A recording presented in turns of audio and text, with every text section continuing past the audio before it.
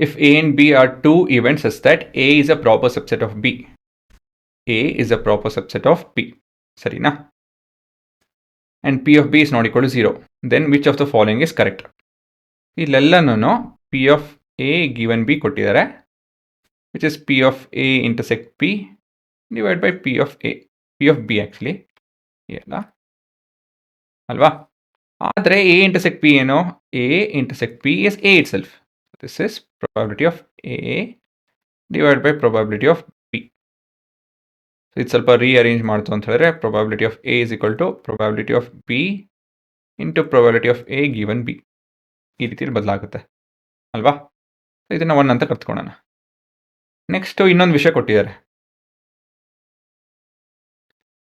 ನೋಡೋಣ ಉತ್ತರ ಏನನ್ನ ಎಲಿಮಿನೇಟ್ ಮಾಡೋದಕ್ಕಾಗುತ್ತಾ? First one is not an answer clearly. Second, third, fourth ಈ ಮೂರಲ್ಲೂ ಸ್ವಲ್ಪ ಕ್ಲಾಶಸ್ ಇದೆ.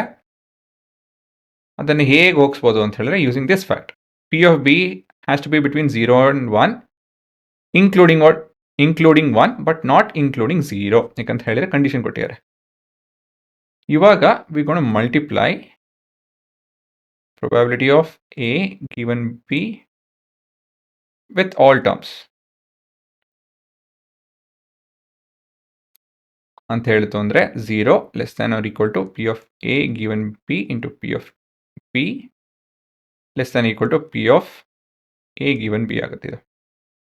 ಆದರೆ ಆಸ್ ಪರ್ 1 ನಮ್ಮ ಮಿಡಲ್ ಎಕ್ಸ್ಪ್ರೆಷನ್ ಏನು? Middle expression is P of A. ನಮಗೆ ಉತ್ತರ ಸಿಗ್ತಾ ಇದೆಯಾ ಇವಾಗ? ನೋಡಿ,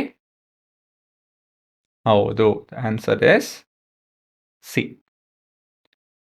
P of A given B is greater than or equal to P of A. ಅದನ್ನೇ ಇಲ್ಲಿ ಕಂಡುಹಿಡಿದಿದ್ದು.